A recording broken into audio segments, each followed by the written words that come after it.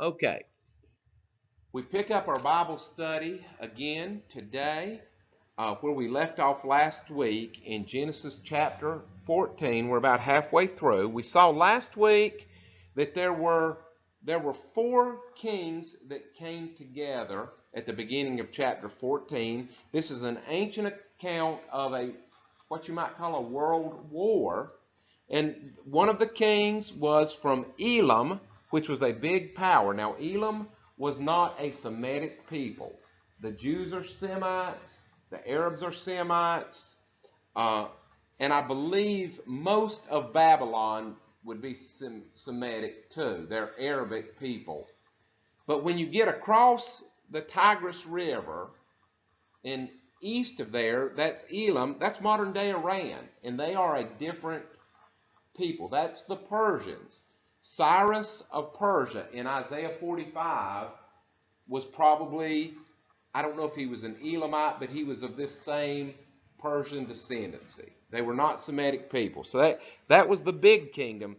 And we see Kedir o Laomer, and that name you know from last week is hard to say, ends up being the big dog. Now, he is not listed first.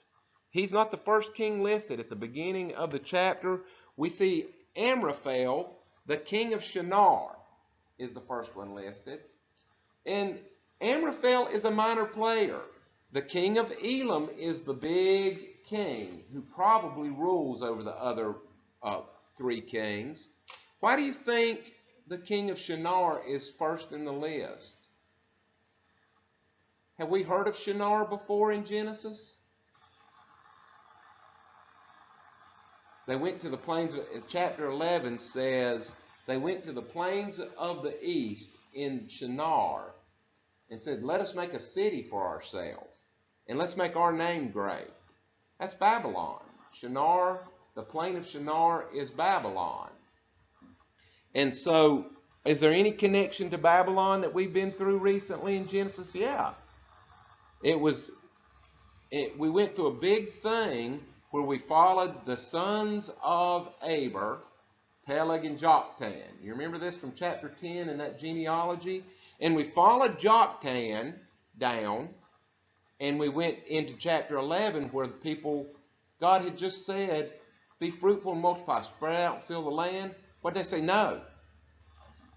We want to make a city and make our name great. That was the descendants of Joktan.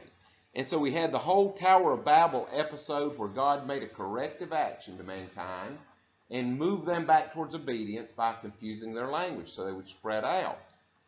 Then immediately after that, in chapter 11, we had the genealogy again, the same genealogy, except that when we got to Peleg and Joktan, we did not follow Joktan this time. We followed Peleg. And his descendancy went down to Abraham. Now, where was Abraham from? Yeah, Babylon. Chaldean is a later word for Babylon. Chaldea is all of that region in between Tigris and the Euphrates. And so Abraham is a Babylonian. Him coming to the land is a product of what God did in chapter 11. He confused the language so people started spreading out and leaving and obeying. And what does it say Abraham did? He left his father's house and went where God told him to be.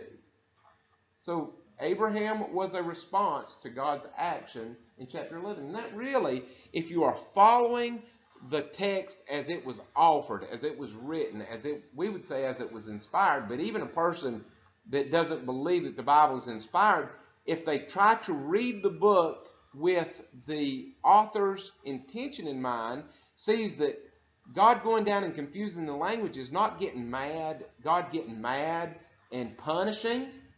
It is God giving a corrective action, and Abraham is the result. Abraham, the father of our faith, you might say, is a product of chapter 11. So, Babylon's an important player, right? It's the first king listed, so we immediately make a connection back to chapters 10 and 11 and that disobedience. So, right away, because he's the first king listed, we know that these guys are not going to do God's business. This was a world war. This was a big war that the author is using to show us, to illustrate what we've already learned. You obey God and go where he tells you, and he blesses you. And you do your own thing and make your name great, and you run into trouble. He mentions Elisar. We don't know where that is. Some people think that it is right in the Tigris-Euphrates region there, but we don't really know where it is. And then the Hittites, they had a huge empire. Almost at one point, at the height of the Hittite Empire, they controlled the whole world. That's modern-day Turkey, is where the Hittite Empire was.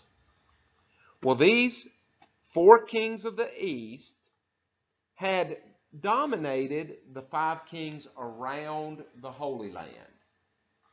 And it says for 13 years they paid tribute to Kedorlaomer, the king of Elam, and then they stopped, and in the 14th year these 4 kings came to punish them. And so there is a map showing Babylon is up here to the northeast, and you see the armies coming together there.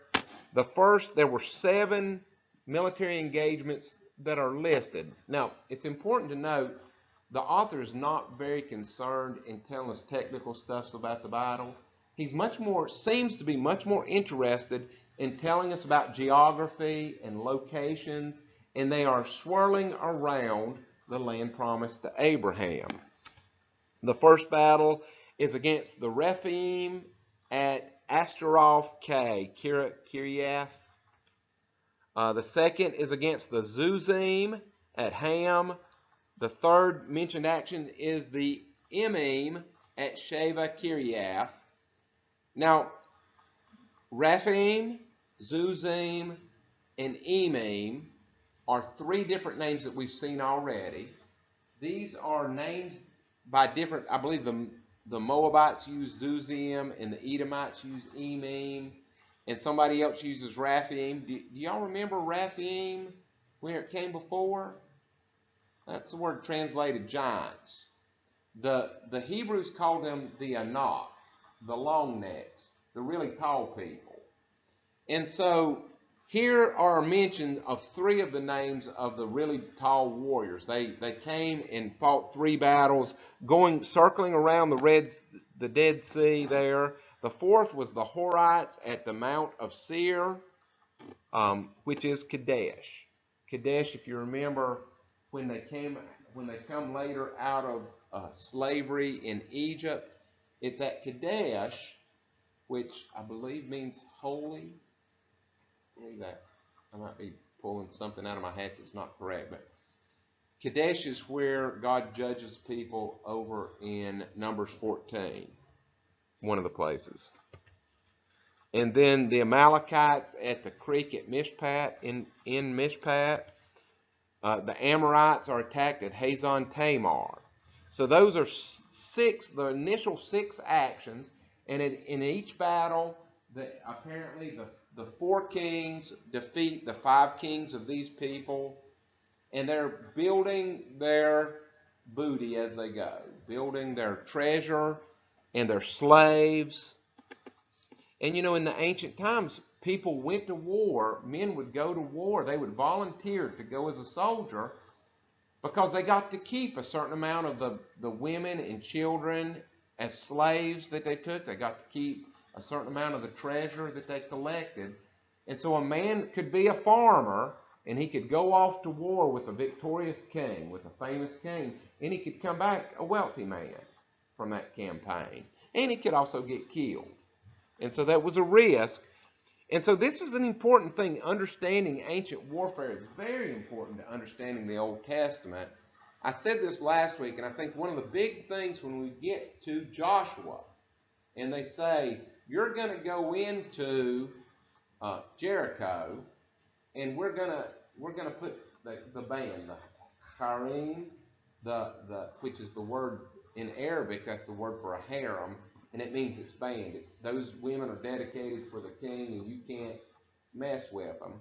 The word means dedicated, but what it mainly means, in effect, is that you kill everybody and you don't keep none of the treasure. There's no paycheck for this war. You destroy everything. Now, modern sensibilities looks back on that and just wrings their hands and is like, oh, that's the most horrible thing. But in the ancient mindset, it wasn't such a horrible thing. To kill everybody was to keep them from having to suffer through slavery and humiliation. And I think the big thing behind it is saying, you're not going into the promised land to become wealthy people. You're going in obedience. This is the land, and those people have a choice. The people that live there are squatting on Yahweh's land, on the king's land. And they got three choices. They can leave, which is the primary choice. Second, they can become Israelites because the land now belongs to the Israelites. And the third choice is we dedicate them for destruction. They are destroyed. And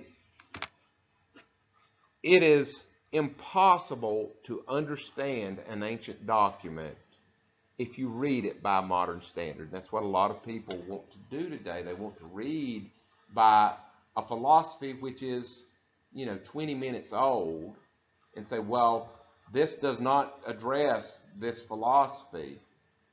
And they completely disconnect with the text. And we know this. That's one of my biggest frustrations with the study of the American Civil War. People look at the American Civil War and grade actions by what a modern person would think. And say, well, those people were backwards. No, they were a product of their time. Let's grade them based on the way they thought at that time. Yes? If a king knew of a great warrior from another country, they would hire that good warrior to fight for them because Bathsheba and her husband were Hittites. Yeah. And David had hired her husband because he was such a good warrior. Yes. David's mighty men, a lot of David's mighty men, and that's the word Gibor in Hebrew, and that's mighty man, a mighty warrior. Most of them were foreigners, yeah. We might say mercenary, but they were loyal men to him, David's mighty men. And the word Gibor, you'd be familiar with Gabriel, El being the word for God. That is Gibor El, warrior of God, mighty man of God is what the name Gabriel means. And so, yeah, they would hire wars. And that's the thing, they were much more focused on personality.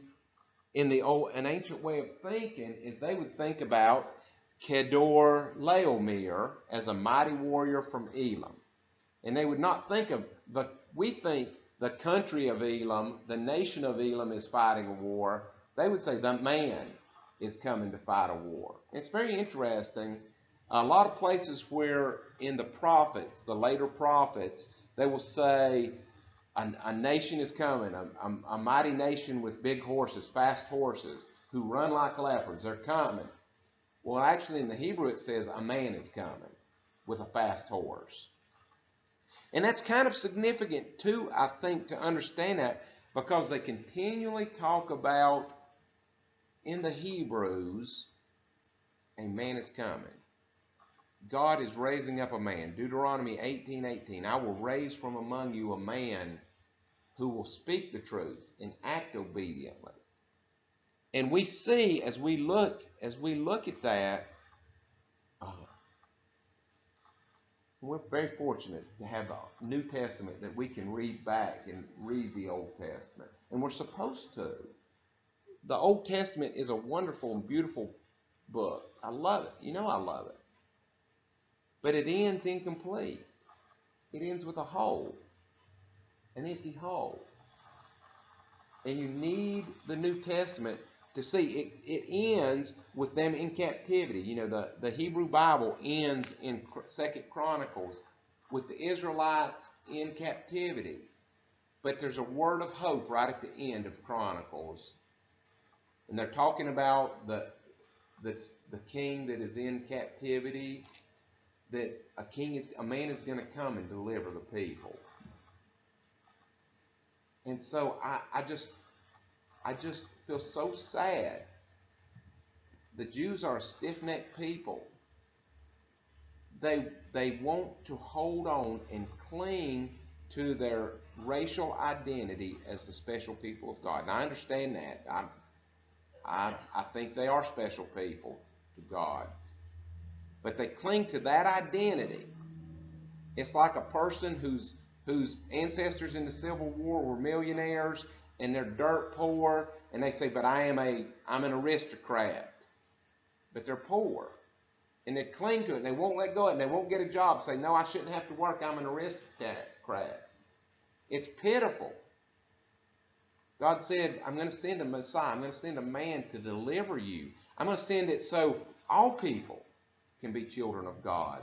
Yes, you're the Hebrews. You are my children. I'm going to include the whole world. I'm opening it up to the whole world. I'm going to send a man that's going to do that. But y'all are going to reject him when he comes. And what'd they do? They rejected him. They threw the Old Testament out.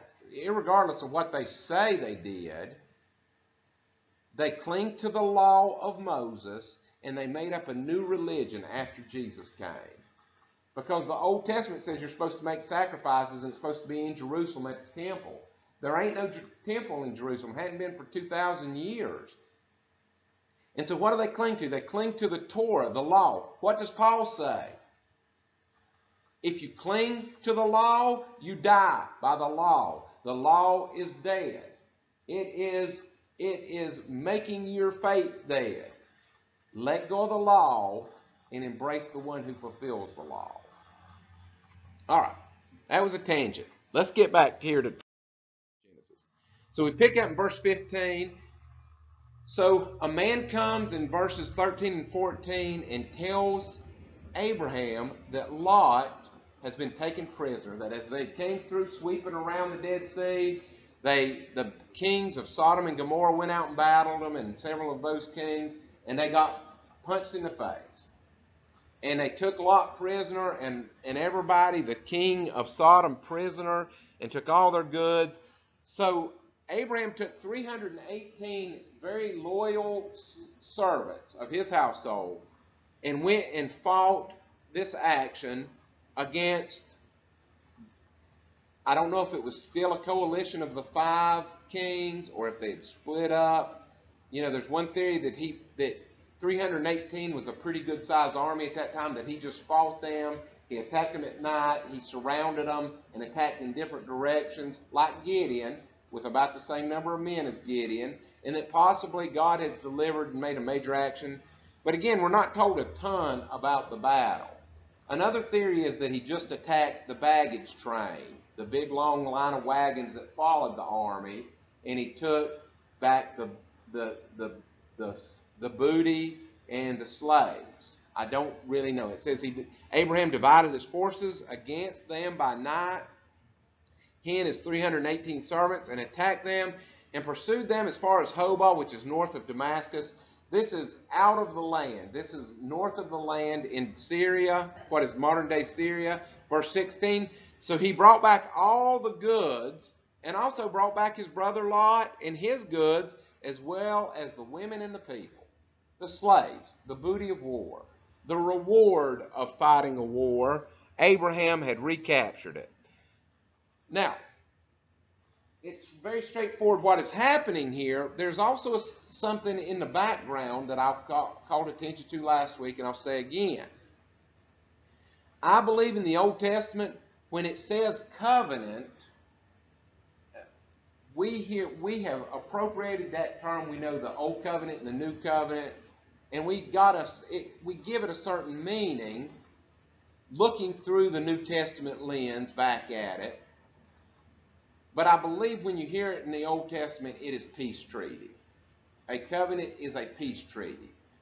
You make peace treaty between two people at war. And so when God makes a covenant with people, if I'm right, what is he doing? He's offering peace in spite of an armed rebellion. In spite of us taking up weapons and saying, you come in my yard, I'll shoot you. God's making a peace treaty anyway with us. Now, is it because he's scared we're going to take over? Does anybody think that God is scared that mankind is going to whoop him? Why would he make peace with us then?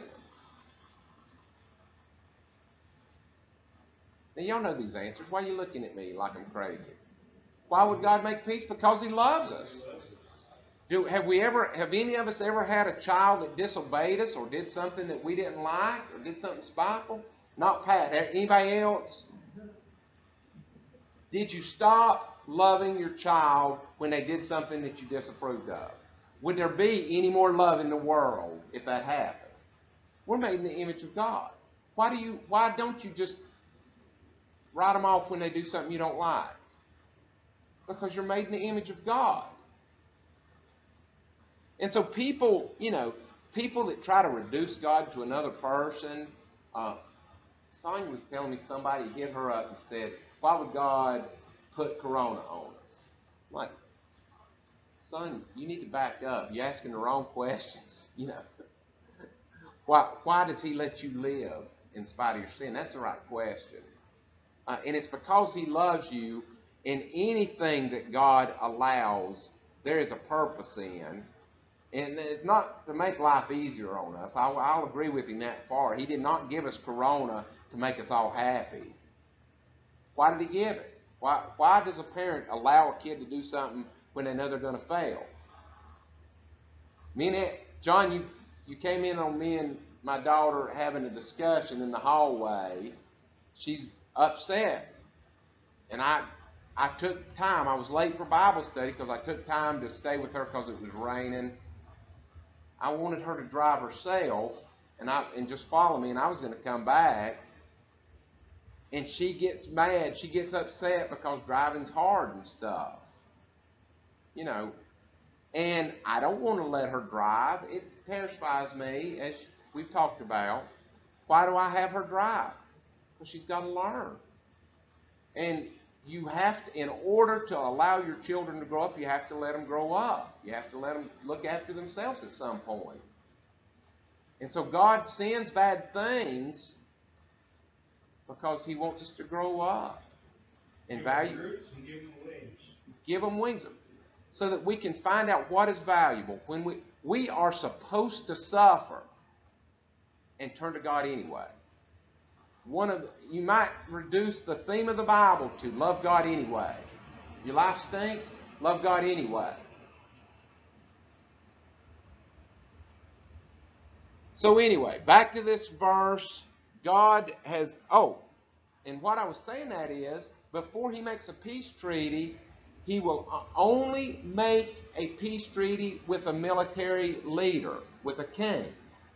And so we think of kings as guys that wear crowns and ride in buggies and parades and stuff. A king in the Old Testament is a military general. It's much closer to what they were. And not just a military general, but the mightiest warrior who generally stands out on the front line and is knocking heads together. Leading by example. Was David a warrior? King David, the prototypical king, was he a warrior that got out front and fought? Yes, he was. When did he get in trouble? It came spring one year, and he did not go out. And it made note. David didn't go out with the army to fight. The army was fighting, but David wasn't out there with them. What happened next? He went up on his roof, and he looked down, and he saw Bathsheba. And so he was not meeting his responsibility. Anyway, digression again. God only, y'all can tell I've missed Bible study, can't you? God only makes a covenant, a peace treaty with a king, with a military leader. And so God talked to Abraham back in chapter 12. Remember that? I'll bless those who bless you and curse those that curse you. Did he make a covenant with Abraham in chapter 12? He did not. He made a promise. There's a difference between a promise is a promise and a treaty is a culmination of a promise. He doesn't make a covenant with Abraham till chapter 15.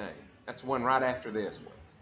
And so this is important. It takes this world event, and the author is showing us that Abraham was a king. Abraham was a military man. And once he establishes him as a military man, immediately after that, God makes a covenant with him. Before that, he was just old Abe from Babylon. He was a patriarch. I'm going to do something through you. In the next chapter, he does it after Abraham is established as a military man. Nope, 15, chapter 15. We'll get to it next. All right, and so Abraham counterattacks. So the battle has swirled around, and as they're going north out of the land, Abraham attacks them and takes Lot back.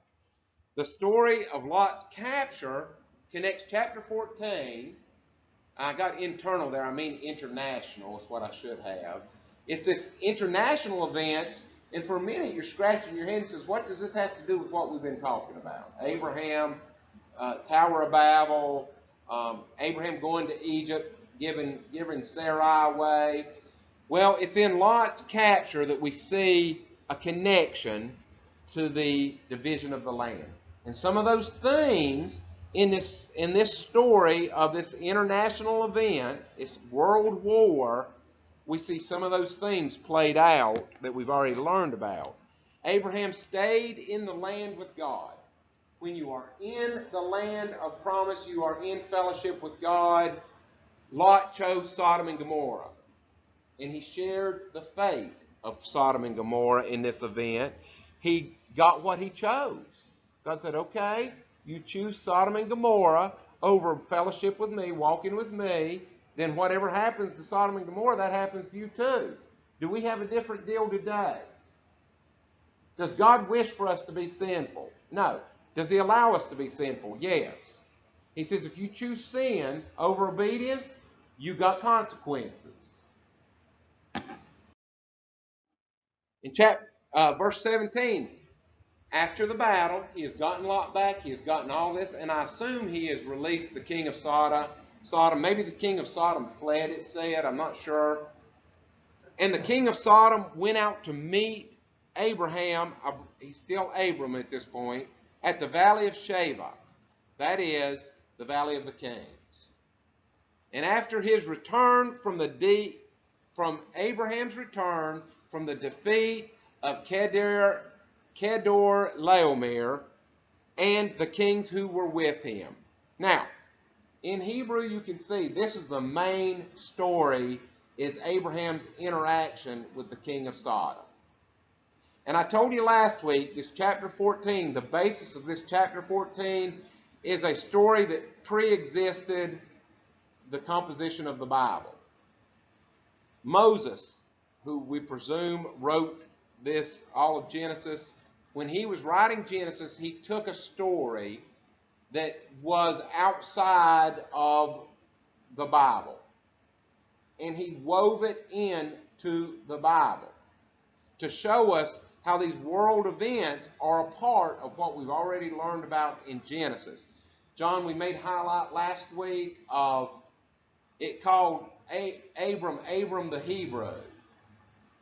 A Hebrew wouldn't write Abram the Hebrew. So most likely the original story that Moses was using, whether it was an oral story told or it was written down and he was using, was written by somebody not Hebrew. And that's a lot of the stories, as we've talked about through the whole primeval history, were pulled together by Moses, as he painted a picture of who God, the true God of the universe, is. He took stories and put them together. Some of them were oral and some of them were written down, and some of them were given to Moses from events in his life. And he was the great editor. Moses wasn't the author of the Pentateuch, he was the editor of the Pentateuch. The Holy Spirit was the author of the Pentateuch. If that makes sense. So, the story with the king of Sodom is the main story. The tense of the next two verses, verses 18 and 19, render them as background information to the main story, which was Abraham's defeat of Kedar-laomer and bringing back the slaves and the treasure, and king of Sodom then showing up again. King of Sodom fled. His stuff was taken, but when Abraham comes back with the booty and the slaves, Sodom comes back. But then this is interjected into this story. This is background information. Then Melchizedek, king of Salem, brought out bread and wine. We'll see in a minute. Melchizedek is, my king is righteous. And Salem means peace. Shalom. We get the word shalom from that. It means peace. The king, my king is righteous. The king of peace brought out bread and wine. Bringing out bread and wine is a priestly function. We know from Hebrews, Melchizedek, there was an order of priesthood that was a spiritual priesthood. The line of Melchizedek, and the author of Hebrews says, Jesus is a priest in the line of Melchizedek, not a fleshly priest. He brought out bread and wine. He was the priest of the Most High God. Verse 19, and he blessed Abram and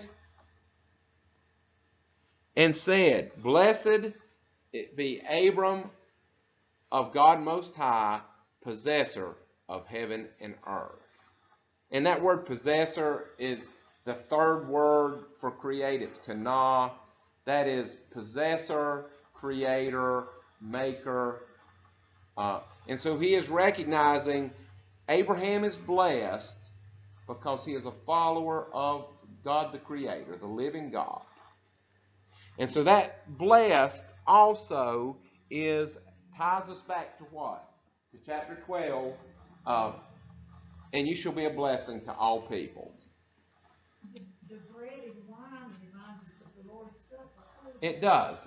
It reminds us of the celebration of the Passover, where God had mercy and passed over, the angel of death passed over those who had faith and who were covered in the blood.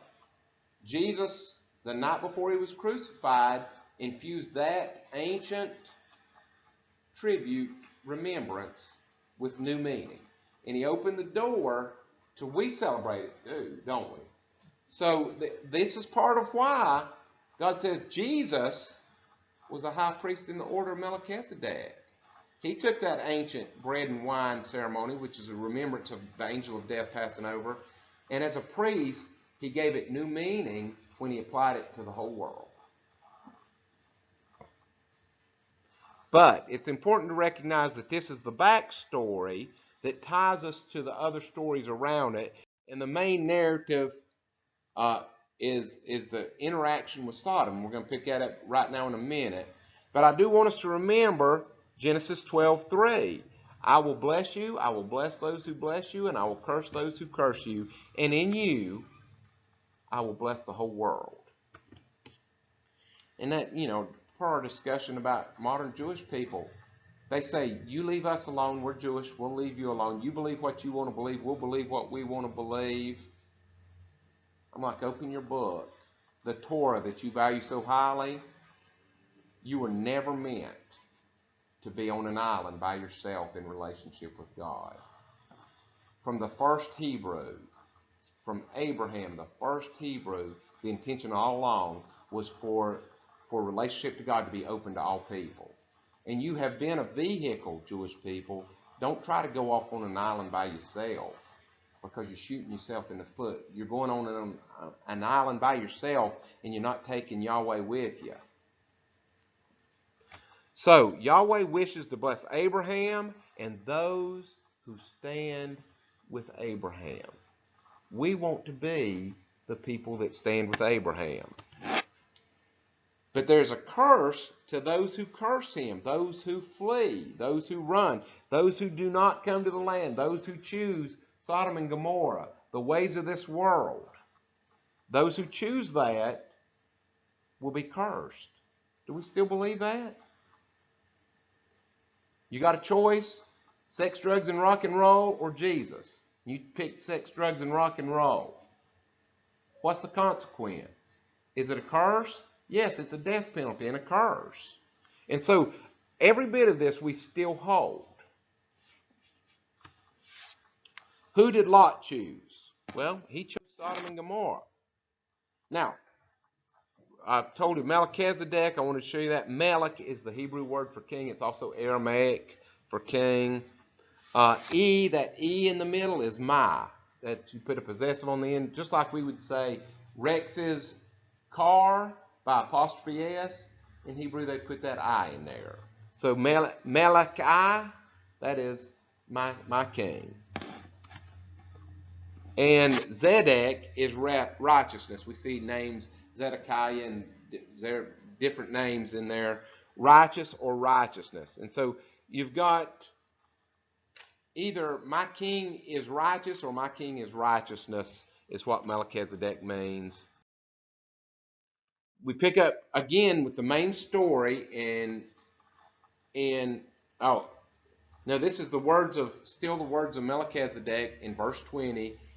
And blessed be God Most High, who has delivered your enemies into your hand. And he, Abram, gave a tithe of all to Melchizedek, because he was speaking in the name of God Most High. And this is where this is the origin of the tithe. The way Abraham responded to the blessing that in the dedication that Melchizedek gave him, the priestly. Verse 21, now the king of Sodom, we pick back up with the main story here. That was an interlude that ties the theme together, the theme of blessing. Abraham has been blessed here. And the king of Sodom said to Abram, give me the persons and take the goods for yourself. So he starts out, rather in Semitic culture, hospitality. So even on a cultural level, this is rudeness. He first wants his stuff. He is recognizing that that Abraham is in the power position, but the first thing he says is, give me. Give me. So in a minute we're going to contrast Melchizedek with Sodom. He starts out, give me the persons and take the goods for yourself. Take the treasure for yourself.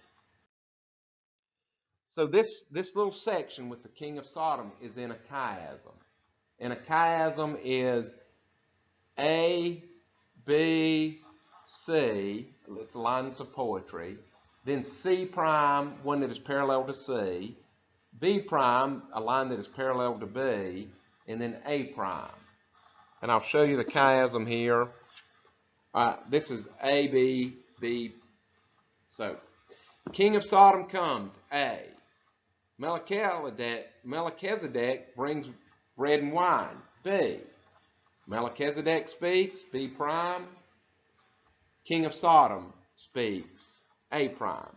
And so the Melchizedek stuff was added to a pre-existent story.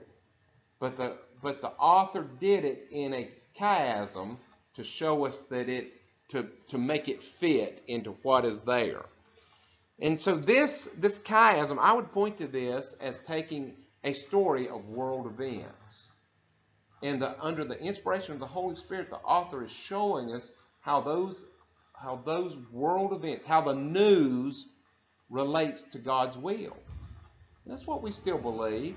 We believe that we're supposed to take the truth of the Bible and the faith that we carry in our heart, and we're supposed to look at world events and interpret them through that lens. And that's what's going on here. There's a big contrast between the king of Sodom and the king of peace, the king of Salem. And again, like we've seen so many times in this technique, Abraham is given a choice. Who are you going to be like, Abraham? Are you going to be like Melchizedek and honor God Most High, bless God Most High? Or are you going to be like the king of Sodom, who is worried about his slaves? Who do you think Abram's going to pick? Pat? Yeah. But Abraham, in verse 22, but Abram said to the king of Sodom, I have raised my hand, I've solemnly sworn to the Lord God Most High, the possessor, creator, maker of heaven and earth, that I will take nothing from the thread to sandal strap. That's an ancient uh, euphemism. It corresponds to the Akkadian phrase, be it a blade of straw or a splinter of wood, used in legal texts that we've dug up. I'll take neither a thread nor sandal strap, and that I will not take anything that is yours, lest you should say, I made Abraham rich. So contrast, who is going to bless me? God. I want only the blessing that God gives me. I only want that which God gives me and not what a man gives me. Contrast that with back Babylon that said, we'll make our name great. We will find our wealth. Verse 24, except only what the young men have eaten, and the portion of the men who went with me, Aner, Eshcol, and Mamre. Let them take their portion. Okay, so if we had more time, we could go in that there's holy war in Deuteronomy 20, prescriptions for how to do holy war. Everything that happens in these two verses is parallel to something in Deuteronomy 20. We just don't have time today to go over there and show the parallels.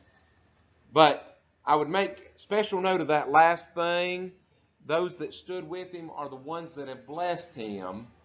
And blessed are those, I will bless those who bless you, so they get to keep treasure and the other ones don't. So that gets, I wanted to get through the end of chapter 14. Next week, we'll review this a little bit, and then we'll go into the covenant with Abraham. And one of the best verses in the Bible,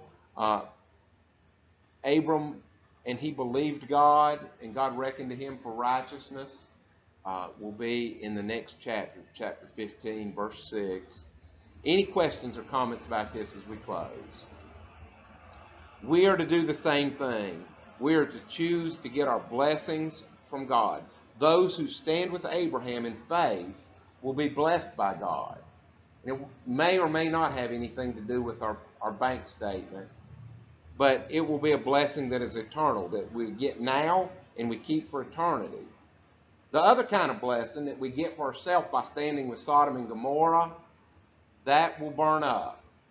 And the longest we will have that till we die. But, you know, you hear all the time about millionaires who die alone and unhappy. And they don't take none of it with them. So I say choose the blessing by standing with Abraham in faith. Any questions or comments? All right, let's close right there. And I'll say, then one who had escaped came and told Abraham the Hebrew. You remember I said most likely this story pre-existed the compilation of the Bible when they put it together. This is one of the big pieces of evidence, internal evidence for that.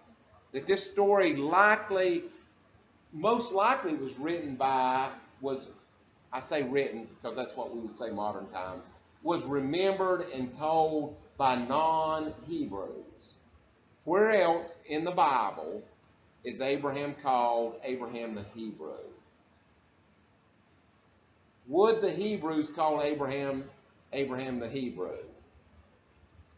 And so there's a good chance, and that's not something that they would come along later. There are places in the Bible where somebody came along later after it's been written down, and they write in something to clarify for people what it's talking about. I do the same thing when I do my PowerPoints. If you'll notice, almost every sermon, I'll have a little parentheses and I'll have stuff put in italicized to explain something that's confusing there. But an author of the Bible and a later editor of the Bible would not come along and let us know that, oh yeah, Abraham, this is Abraham the Hebrew, not the other Abrahams that are mentioned, because there's no others. And everybody knows that he's a Hebrew. Anyway, this guy came to Abram, for Abram dwelt by the terebinth trees in Mamre the Amorite, the brother of Eshcol and the brother of Aner, and they were allies with Abraham. So he was living among the Amorites there by the terebinth trees in Mamre, and this guy came and reported